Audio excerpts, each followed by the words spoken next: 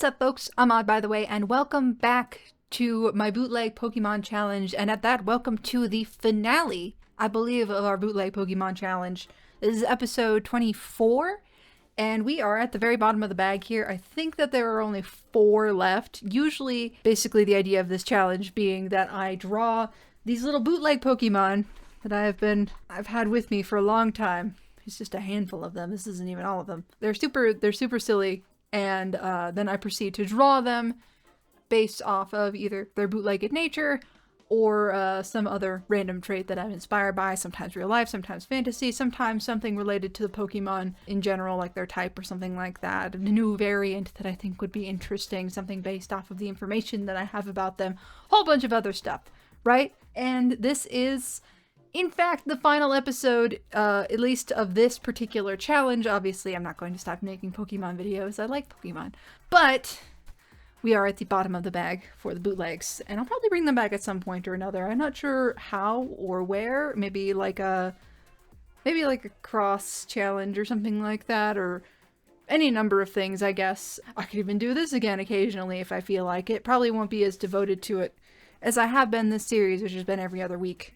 But I should be trying to make some Pokemon videos, regardless, around that capacity, because I know you guys like it, and I like doing it, and it's a fun little, like, experiment in a style that is not my own, necessarily. Like, it is my style, but it's Pokemon. They're pretty recognizable, and there's only a few ways you can really draw them. So, at that, let's just jump right in and see what our final selections are. Obviously, it doesn't need to be super random, but I guess we can see who we get first of the last few, right? And yeah, I think there are 4 in here. Okay. You. First one up. Tentacruel. It is very blocky. It is Cthulhu-like, just massive tentacles. Enhance. All sorts of goofy. It looks like it has a little mouth. Does it always look like that? It looks like it's sticking its tongue out like and little bug eyes on the top. That's adorable. And it doesn't have, like, the angry eyes below it, so these just seem like its eyes. That is cute, honestly. Alright. Next selection. And this also kind of determines the order that I draw them in a lot of the time. Okay. Omanyte. Well, kind of. Enhance. Do you like my mustache? It is a shell with a blue mustache. God, it kind of reminds me of Zoidberg. This little whoop whoop whoop whoop. Because of his little like tentacle mustache.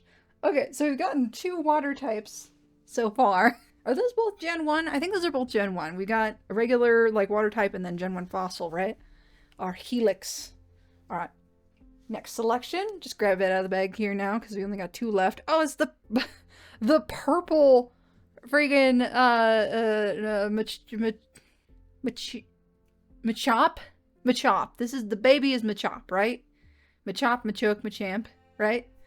He's got a little, he's like, I know he's supposed to be like flexing, but he looks like he's grabbing his cheek. He's got his cute little cheeks. They do look like a baby. There's a picture of my older brother as a toddler that looks, and I don't know how else to describe it, like Machop. But like, I won't put it up or anything like that. But he is kind of like standing there with like the baby pot belly and like kind of flexing. And he looks like a Machop. And that has always been my imagery in my brain for this Pokemon. It is a toddler version of my big brother.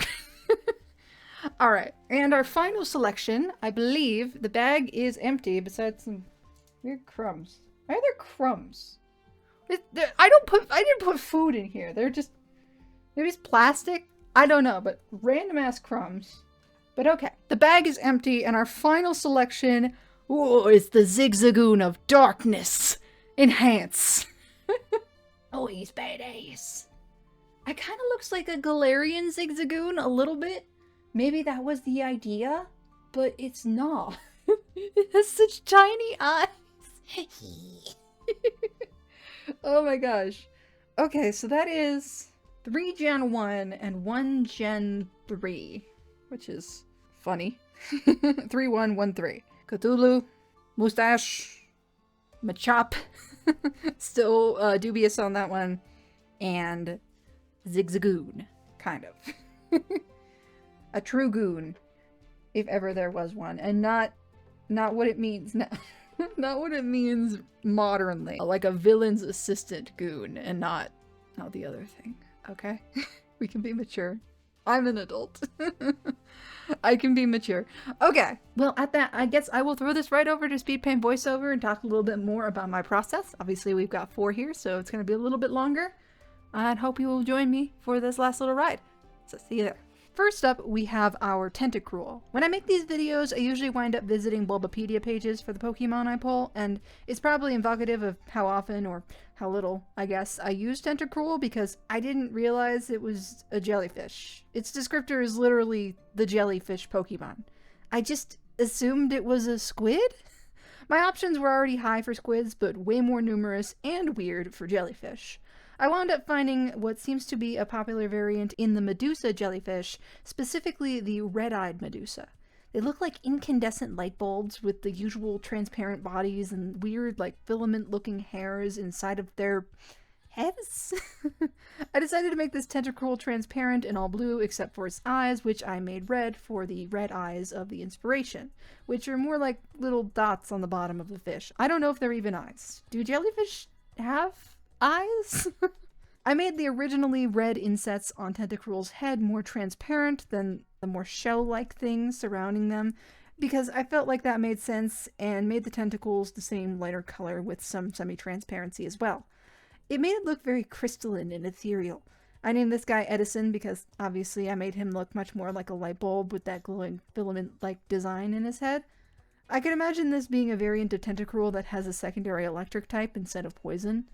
Edison was discovered in the depths by a Pokemon marine biologist and became their companion during the time they spent submarining. Edison seemed to have an opposite curiosity for the world above, and the two came to a sort of silent agreement to show each other their worlds. Edison's bioluminescent body helps light the dark, murky waters, and he knows the way through tunnels that smaller man subs can fit in. He's also helped his trainer gain a little bit more respect for their own world on the surface. Next up, we have the Omanyte, another water type I don't know very well beyond the memes. What can I say, I'm a water starter girl at heart. I rarely wind up using the other water types, and I don't think I had the patience or know-how to revive fossils as a kid. Omanyte is obviously based very much on the now extinct trilobite, the Ammonite, which is difficult to make varieties of because it's extinct. It has distant cousins in the cephalopod family, and I think the Nautilus, but they're not really all that similar. I also think that there are just Nautilus Pokemon already, so that felt redundant. Apparently, though, there was a species of Ammonite that had a differently shaped shell, the Didymosaurus. I looked up a pronunciation, but I'm probably butchering that name. It comes from a Greek term for paired horns, apparently. I took the delightful little spaghetti monster with ooby eyes and made it extra curly for this. Because Omanyte looks kind of like a mustache, I even made its tentacles curl up with the shell. I also added a gradient to darken it up at the top for a little bit more visual interest. I considered changing the body color, but it stopped looking as much like the original Pokemon, and the contrast with the red and yellow of the shell was nice. I named this guy Corkscrew for, I feel, obvious reasons. When Corkscrew was revived from a fossil, it came to a shock for the researchers that he was an Omanyte. They all assumed the shell was either a distant relative of a snail Pokemon or half a set of horns. This version of Omanyte is much more of an eclectic sort. It swims in a spiral and seems to never get dizzy, but its whole demeanor and its body seem shaped by this quirk.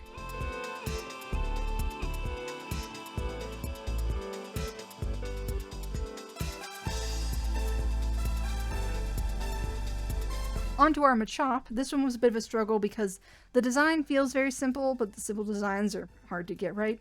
I wound up taking full inspiration from the bootleg for this design and going with a purple coloring. Not only that, I kind of inspired the demeanor of this Pokemon from the bootleg as well, at least how it read to me. I saw that figurine as sort of grabbing its cheek because the area of the face near the fist seemed deformed.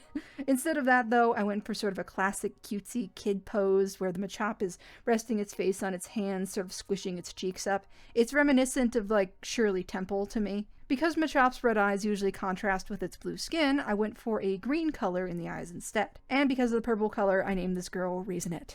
Raisinette, or just Raisin, is the face of a Pokemon food company, particularly their fighting blend.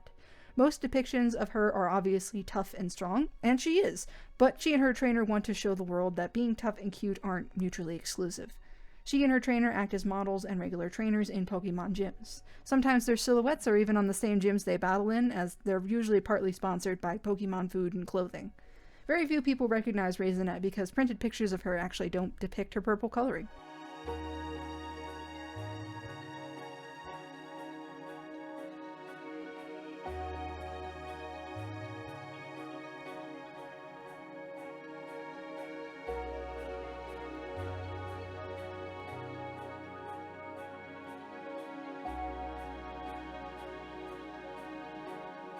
And finally, we have the Zigzagoon. It's kind of kismet to some degree that I got a Zigzagoon last because my persona, Nori, who is my icon and occasionally on the thumbnails of my videos, is a raccoon, and at one point I did depict her as Zigzagoon.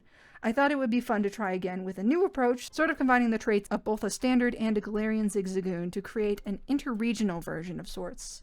It's unknown if this variant is the result of interbreeding in common areas shared by both species of Zigzagoon between Galar and the rest of the world, or if this is sort of a developmental in-between resulting from the varied landscapes they come from. Combining the two really resulted in some fun uniqueness, and let me add Nori's arrows, albeit backwards. Nori the Zigzagoon is sort of clumsy and skittish, always accidentally winding up in trouble as opposed to necessarily directly causing it.